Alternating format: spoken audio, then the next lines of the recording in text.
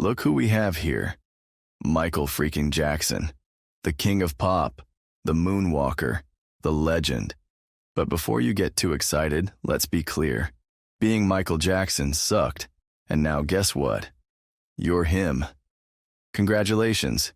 You are about to experience fame, fortune, and a whole lot of childhood trauma. Buckle up. It's August 29th, 1958, and you come screaming into the world in Gary, Indiana. Your dad and mom are Joe and Catherine Jackson.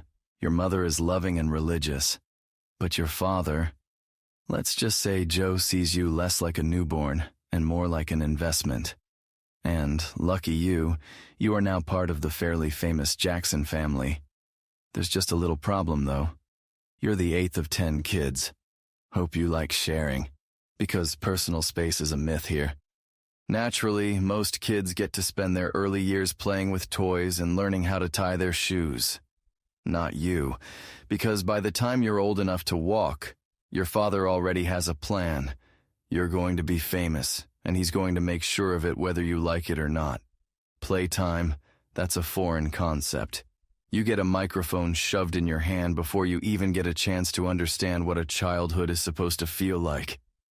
Your dear old dad has all the parenting skills of a drill sergeant who just got dumped. One mistake in rehearsal and boom, belt, switch, whatever is closest to him. Your crying just makes it worse. You don't just have to be good, you have to be perfect. The Jackson 5 is your ticket out of Gary, and Joe is making sure you punch that ticket whether you want to or not. So, while other kids are learning how to ride bikes, you're spending your nights rehearsing until your feet ache and your voice is hoarse. Your father stands there, watching, waiting for you to mess up. And when you do, oh, you'll regret it. Now it's the late 1960s. You and your brothers are thrown into the spotlight as the Jackson 5, and guess what? People love you. Your voice is unreal. Your dance moves are untouchable. You're a child prodigy. While other kids are running around playing tag, you're touring the country, performing in smoky nightclubs where you should not legally be allowed. Adults are throwing themselves at you like you're the next Sinatra, and you're barely old enough to even spell Sinatra. On stage, you're electric. Off stage, you're miserable. Your dad still treats you like a product and not a person. You make him money, and that's all that matters. When you try to bond with him, he shuts you down. If you look at him the wrong way, he reminds you that he can still discipline you. And let's not even get started on the nicknames. Big Nose, that's his favorite. And because self-esteem is already in short supply, this one sticks with you for life. Thanks, Dad. As you get older, things don't get better. You're one of the biggest stars in the world. But behind closed doors, you're just a lonely teenager who never learned how to be normal. You have no childhood friends, no high school memories, no prom, just cameras in your face and screaming fans who love an image of you, but not the real you. Then comes 1979. You're 21 now, and you've made a big decision. You're going solo. No more Jackson 5. No more being just a piece of a group. This is your chance to finally be your own artist. And what do? You drop off the wall, an album so good it makes disco seem like a reasonable lifestyle choice. You're on top of the world. But if you thought your problems were over, oh buddy, you've got another thing coming. Because now, you're a perfectionist. No, not the, I just want to do a good job kind of perfectionist. The kind that will spend hours in the studio re-recording a single line because it doesn't feel right. The kind that will rehearse until your feet literally bleed. And when Thriller happens in 1982, boom, you're the biggest star in the world. Bigger than Elvis, bigger than the Beatles. But that also means there is no escape. You can't go outside. You can't have a normal conversation with someone without them freaking out.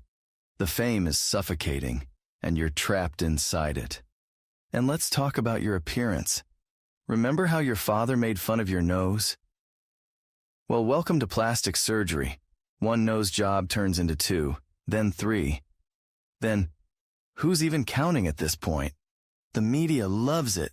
They pick you apart like vultures. Why does he look different?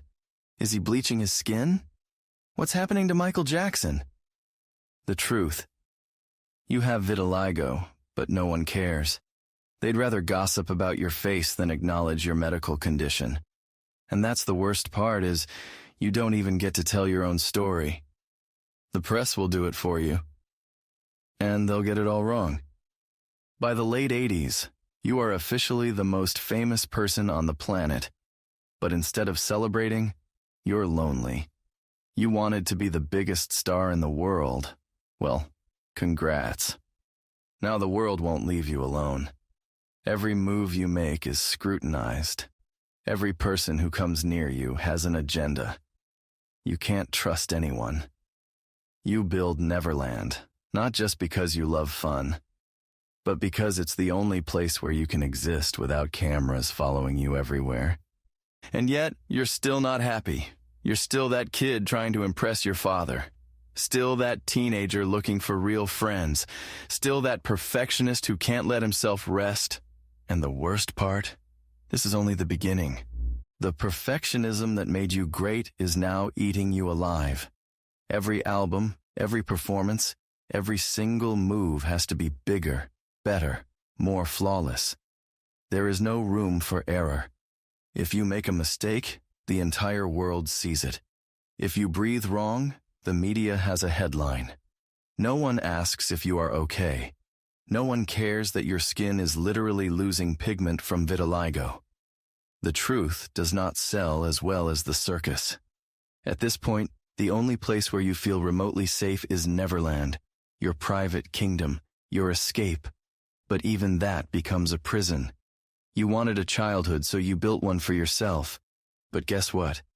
Now you are too different, too weird, too eccentric. The world does not know what to do with you. First, they worship you. Then, they turn you into a joke. Then come the lawsuits, the allegations, the kind of accusations that stain your name forever. It does not matter that you were never convicted of anything. The damage is done.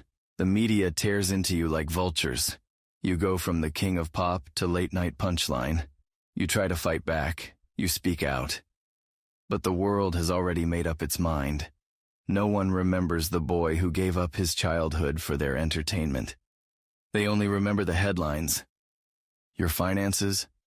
A disaster. You have made more money than most countries, but you have also spent more. Bad investments, lavish gifts, expensive art, a lifestyle built on trying to fill the emptiness inside you. And now, in the 2000s, it is all falling apart. Neverland is bleeding money. The lawsuits will not stop. The world has moved on. And you? You are just trying to survive. And then, just when they think you are finished, you announce, this is it. Your comeback, your final tour, your last chance to remind the world who you are. The rehearsals push you to the edge. You are 50 years old, your body is failing you, and yet you still demand perfection. There is no other way. There never was. But the pressure is too much. You cannot sleep. Your body is breaking down. The only thing keeping you going is a dangerous mix of painkillers and sedatives. And on June 25th, 2009, it finally catches up with you. The world wakes up to the news. Michael Jackson is dead. Just weeks before your grand return to the stage. The irony is almost poetic. You spent your whole life preparing for this moment, and now you will never see it. The world mourns. The same media that tore you apart now calls you a legend. The same people who laughed at your struggles now call you a genius. Your name is everywhere. Your music is eternal. But you never got to escape. You never got to be free. It sucked being MJ.